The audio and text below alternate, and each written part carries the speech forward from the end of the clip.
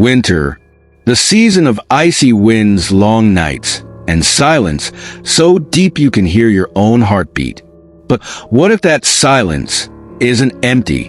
What if the snow-covered roads and shadowy forests hide something watching, waiting? Tonight, I'm sharing 3 terrifying tales that take place on these cold, desolate nights.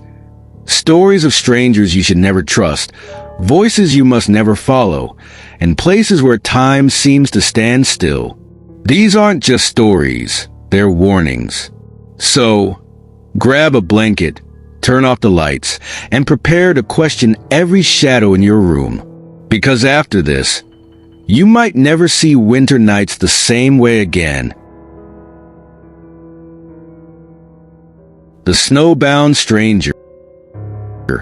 It was late December when Sarah and her husband, James, found themselves on a desolate, snow-covered road winding through the mountains.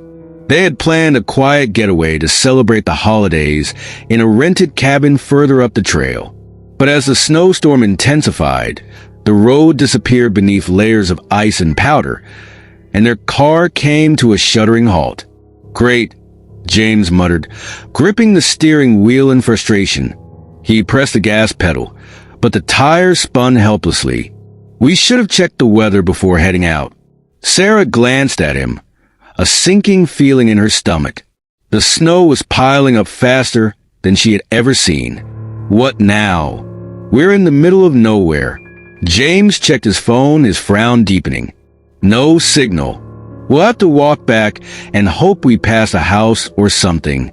Bundling up in their thickest coats and scarves, they stepped out into the storm. The wind bit at their faces, and the snow quickly soaked through their boots. Each step felt heavier than the last as they trudged forward, heads bowed against the blinding flurries. The silence of the wilderness was broken only by the crunch of snow beneath their feet and the occasional howl of the wind. It felt like hours before Sarah noticed a faint light flickering through the trees, a warm glow in the otherwise frozen wilderness. "James," she said, tugging at his sleeve. "Look." James squinted, hesitating. "It could be abandoned, or it could be shelter," Sarah shot back. "We don't have much of a choice." They pushed through the snow toward the light. It led them to a small, weathered cabin nestled among the pines. The roof sagged under the weight of snow, and frost encrusted the windows. The light flickered like a candle, casting long, eerie shadows across the snow. James knocked on the door. No answer. He knocked again, harder this time. The silence was deafening, broken only by the howling wind. Finally, James pushed the door open. The cabin was eerily quiet, the air thick with the scent of aged wood and ash. Furniture sat draped in dust, untouched for years. Yet the fireplace contained glowing embers, faint but unmistakable. "This doesn't feel right," Sarah murmured, shivering as she stepped inside. James shook his head. "It's shelter, and that's all that matters." As Sarah moved toward the fireplace, something on the table caught her eye. An old leather-bound journal. Dust blanketed its surface, but its corners were worn, as though it had been opened many times. Curiosity won over hesitation. She flipped through its brittle pages, squinting at the faded handwriting. The journal chronicled the experiences of travelers who had sought refuge in the cabin over the years. At first, the entries seemed ordinary, tales of blizzards and freezing nights. But the tone shifted. Several writers described hearing a knock at the door during the night. Each entry ended with the same ominous warning: "Do not let him in." Sarah's fingers trembled as she closed the journal. "James, listen to this." "Don't start," James interrupted, rummaging through the cabinets in search of food. "It's probably just some ghost story to freak people out. You know how isolated places like this get." But Sarah couldn't shake the unease creeping through her. Something about the cabin felt wrong, like they weren't alone. Hours passed. The storm raged outside, the wind rattling the windows with a ferocity that made Sarah flinch. They sat by the fire, sharing the last granola bar from Sarah's bag. Midnight came, and with it, an unnatural silence. The howling wind ceased, leaving only the crackling of the fire. Then it came. Knock, knock, knock. The sound was sharp, deliberate, and too precise to be the wind. Sarah's breath caught in her throat. Probably another traveler, James reasoned, though his voice wavered. He stood and moved toward the door. James, no. Sarah grabbed his arm, her heart pounding. The journal. Enough with the journal. James snapped, shaking her off. We can't leave someone out there to freeze. Before she could stop him, he opened the door. A man stood in the doorway, his figure silhouetted against the snowy backdrop. He was tall and gaunt, his skin pale as the moonlight. His clothing was old-fashioned, a long, dark coat and a wide-brimmed hat tipped forward to obscure his face. His breath puffed visibly in the frigid air, but he didn't seem bothered by the cold. May I come in? The man asked, his voice soft and deliberate. It sent a shiver down Sarah's spine. Where are you coming from? James asked, his grip tightening on the door. The man didn't answer. Instead, he stepped forward, crossing the threshold without waiting for permission. Sarah recoiled, the journal's warning echoing in her mind. The man sat by the fire, silent and still. He neither removed his coat, nor warmed his hands. James attempted small talk, but the man didn't respond. His presence was suffocating, and Sarah found herself gripping the journal tightly, as if it were a lifeline. Hours passed. Sarah thought she heard faint whispers, indistinct and coming from the walls. She turned to James, her voice trembling. We need to leave. It's the middle of the night, James whispered back. And you're being paranoid, unable to sleep. Sarah watched the man. His face remained obscured by the shadows, but she could feel his gaze on her. Her eyelids grew heavy, and despite her fear, exhaustion overcame her. When she woke, the fire was out. The cabin was freezing, and the man was gone. So was James. James, Sarah called, her voice rising in panic.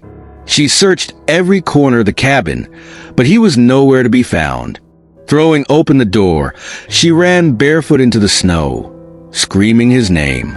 The icy wind bit at her skin, but she didn't care. She found 2 sets of footprints leading into the forest. At the edge of the tree line, something was scrawled in the snow. He let me in. Tears blurred her vision as she followed the tracks, the whispers growing louder with every step. The forest felt alive, the trees looming like silent witnesses. The footprints ended abruptly in a clearing. There was no sign of James, no sign of the man. The whispers stopped, leaving a silence so complete it rang in her ears. Sarah screamed into the emptiness, her voice swallowed by the snow. Sarah was never found. Some say the cabin still stands, hidden among the mountains. On stormy nights, the man returns, his knock echoing through the trees, waiting for someone to let him in. Those who do are never seen again. The journal remains on the table, its warning as clear as ever. Do not let him in. The shadow in the woods. Emma had lived her entire life in the quiet village tucked deep within the snowy woods. Generations of her family had called this place home.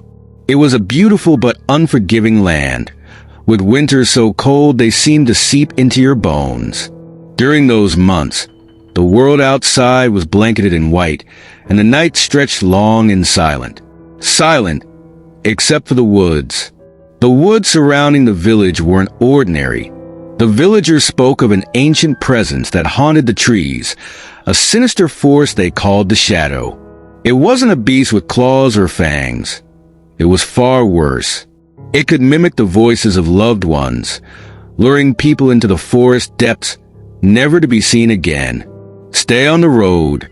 Never answer the voices, the elders always warned. As a child, Emma had clung to her parents when they repeated those words, her imagination conjuring monsters in every dark corner. But as she grew older, she dismissed the tales as folklore, invented to scare children.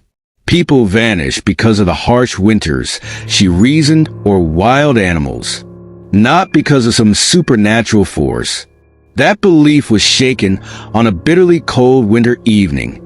Emma had spent the afternoon at her best friend Clara's house. The two girls had laughed and swapped stories, losing track of time until dusk painted the snow in muted shades of orange and blue. By the time Emma wrapped her scarf around her neck and stepped outside, night had fallen. The dirt road that led to the village was slick with ice, forcing Emma to tread carefully. Her breath billowed in the frosty air, and the faint glow of her flashlight barely pierced the shadows. The forest loomed on either side of her, its tall, spindly trees like skeletal fingers clawing at the sky. Halfway home, Emma heard it, a soft, faint voice calling her name. Emma? She stopped in her tracks, her heart hammering. The voice came from her right, from the trees. It was barely audible over the wind, but it sounded familiar. Too familiar. Emma, sweetie, come here. It called again, louder this time. It sounded like her mother. Emma's stomach twisted. Her mother never left the house after dark. Everyone knew better. Mom? She called hesitantly, turning her flashlight toward the trees. The beam of light danced across the trunks, but there was no one there. Emma, hurry. I need your help, the voice pleaded. Her mother's voice, so full of desperation, tugged at her.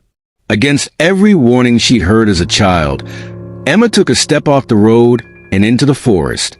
The snow was untouched, pristine, yet the voice continued to call her deeper. Her instincts screamed at her to stop, to turn back, but she couldn't ignore the voice. Mom! Is that you? She called, her voice trembling. The air grew colder as she ventured further. Her flashlight flickered, the battery struggling against the biting cold. The voice was always just ahead, drawing her onward. After what felt like an eternity, she saw a figure standing in the distance. It was her mother, or at least, it looked like her mother. She was standing perfectly still, her back to Emma. Mom! Emma whispered, her throat tight with fear. The figure didn't respond. Slowly, it turned to face her.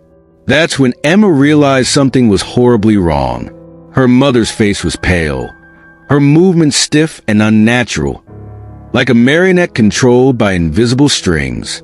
Her head tilted at an odd angle, and her eyes, they were black voids, reflecting no light. A chilling grin spread across her mother's face, too wide, too sharp. Emma, the figure said, but the voice was wrong now, distorted, layered with something sinister. Come closer, sweetie. Emma's scream shattered the stillness. She turned and ran, her boots slipping on the icy ground.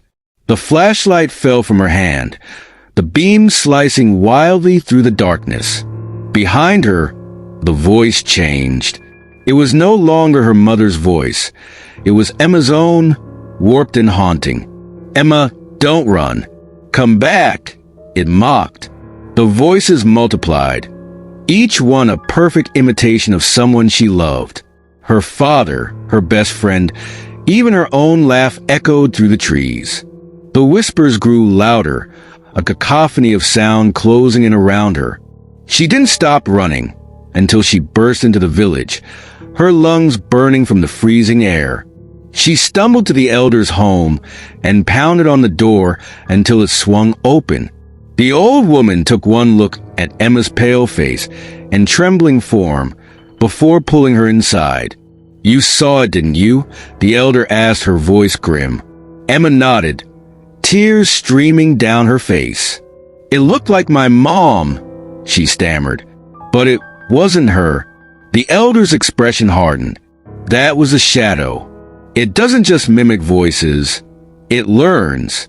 Once it knows your name, it never forgets. It will call again. That night, The elder burned herbs and scattered salt across Emma's doorstep, muttering prayers under her breath. But deep down, Emma knew it wasn't enough. The voices began outside her window a few nights later. At first, they were faint, easy to ignore. But as the weeks passed, they grew louder, more persistent.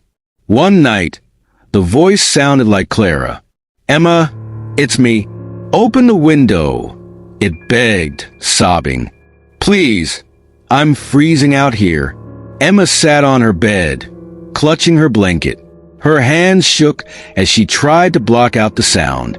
She knew it wasn't Clara, but the cries grew more desperate, more convincing. The knocking started then, soft at first, like gentle taps, but it quickly escalated into furious pounding. "Emma, let me in," the voice screamed, shifting between Clara's voice and her own. Emma pressed her hands over her ears, rocking back and forth. Tears streamed down her face. "Go away," she shouted. "You're not real." The pounding stopped. For a moment, silence filled the room.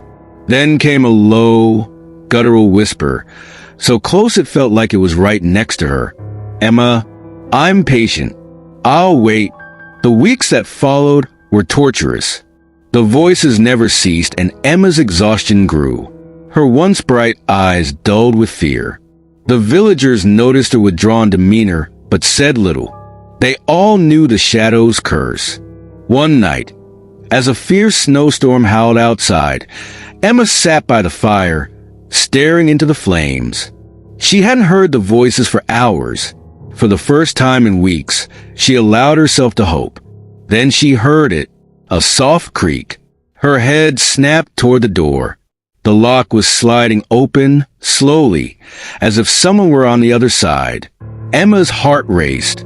She hadn't unlocked it. She was sure of that. "Emma," a voice whispered, low and insidious. It came from everywhere and nowhere. The door creaked open, and the icy wind extinguished the fire. The room plunged into darkness. Emma never screamed. By the time the villagers noticed her door standing ajar, her footprints led into the woods and stopped. No one saw Emma again, but the shadow did. It always did. The Forgotten Guests. Marcus never bought into ghost stories. Even as a kid, he scoffed at the tales his cousins shared around campfires. So when he inherited an old Victorian mansion from his late uncle, a house infamous for its dark reputation, he shrugged off the rumors. Haunted? Curse? Ridiculous. To him, it was just a sprawling property and a chance to impress his friends with the biggest New Year's Eve party they'd ever seen. The mansion was an architectural marvel. Arched windows that reached toward the heavens, marble floors that gleamed under the chandelier's glow, and hallways that seemed to stretch endlessly. The air carried a faint, musty smell, as if the walls themselves had stories they were too tired to tell. Marcus didn't care. He hired a cleaning crew, decked the halls with elaborate decorations, and sent out invitations to everyone he knew. By the time the party began, the mansion was alive with music and laughter. Guests filled every room, marveling at the antique furniture and the intricate crown molding. The champagne flowed freely, and for a while, Marcus felt on top of the world. But as the night wore on, unease began to creep in, subtle at first. It started with the photo. Clara, a close friend and self-proclaimed social media queen, pulled Marcus aside. "Hey, check this out," she said, shoving her phone toward him. The picture showed a group of guests laughing near the grand staircase. But in the background, just over Clara's shoulder, was a woman in a shimmering black dress. Her face was a blur, distorted like someone had smeared wet paint across the canvas. "Who's she?" Clara asked, her voice tinged with curiosity. Marcus squinted at the image. "No idea. Maybe she's someone's plus one." Clara frowned. Weird. I don't remember seeing her. Marcus shrugged it off, but the image stuck with him.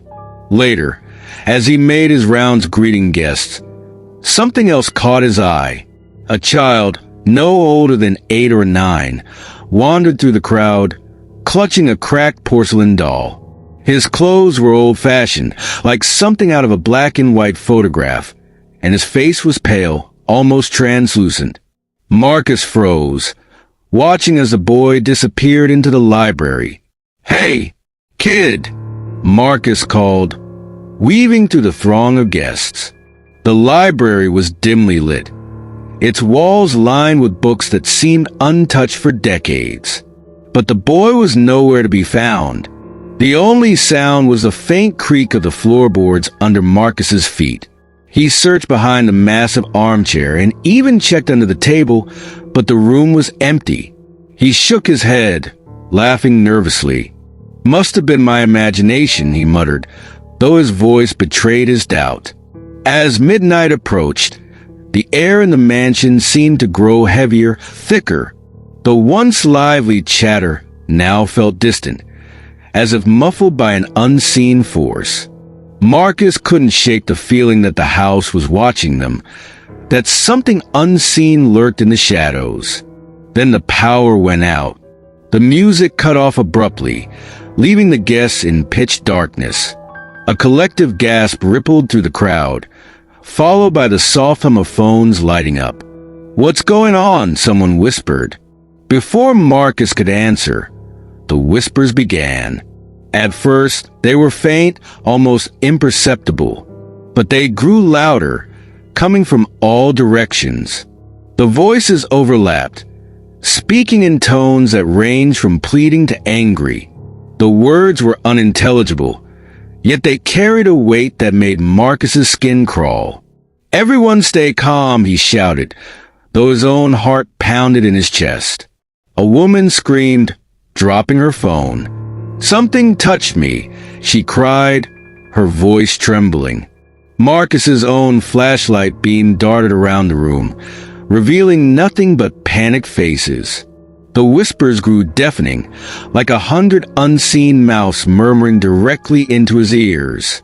He felt a cold breath against his neck and spun around, but there was no one there. And then, just as suddenly as it began, the lights flickered back on. The room was half empty. "What the hell?" Marcus muttered, scanning the crowd. Dozens of guests were gone. Phones lay abandoned on the floor. Champagne glasses spilled on the tables. Those who remained stood frozen, their faces pale and their eyes wide with terror. Marcus's heart raced as he bolted up the stairs, checking room after room. "Clara? Jake? Anyone?" he called, his voice echoing through the empty hallways. He found nothing. No coats left behind, no lingering footsteps, just an eerie silence that seemed to press down on him. Desperate, he returned to the library, hoping for answers. It was there that he found the guest book. The leather cover was cracked with age, and the pages smelled faintly of mildew. Marcus flipped through it, his stomach churning as he recognized the names of his missing friends. Clara, Jake, dozens of others. Their names were scrawled in elegant script, their handwriting unfamiliar. He turned to the final page and froze. There, written in the same elegant hand, was his own name. The pen fell from his trembling fingers as the whispers returned, louder than ever. The room grew colder, the air heavy with an unseen presence. He spun around, but the library was empty. Or was it? In the shadows, shapes began to emerge. The woman in the black dress, the boy with the porcelain doll. Others followed. Dozens of figures, their faces obscured, their forms flickering like a poorly tuned television. They stared at Marcus, their eyes hollow and unblinking. The whispers became a roar, and Marcus stumbled backward, his breath coming in short gasps. The last thing he saw before the lights went out again was the woman in the black dress, her blurry face now inches from his own. The next morning, the mansion was silent. No one could explain what happened to Marcus or the missing guests. The house was abandoned, left to decay. But those who pass by at night swear they hear faint music and distant laughter. And if you listen closely, you might hear Marcus's voice, calling out for guests to join the party that never ends. And that's the end of tonight's tales, 3 chilling stories to haunt your winter nights. Whether it's the knock on the door, the voices in the woods, or the party that never ends, these stories remind us that some things are best left unanswered and unseen. If you enjoyed these stories, don't forget to like the video, share with a friend who loves a good scare, and subscribe for more bone-chilling tales. Let me know in the comments which story kept you up at night, or if you've ever had your own creepy encounter. Thanks for watching, and until next time, keep your doors locked, your flashlights close, and your fears closer. Sleep well if you dare.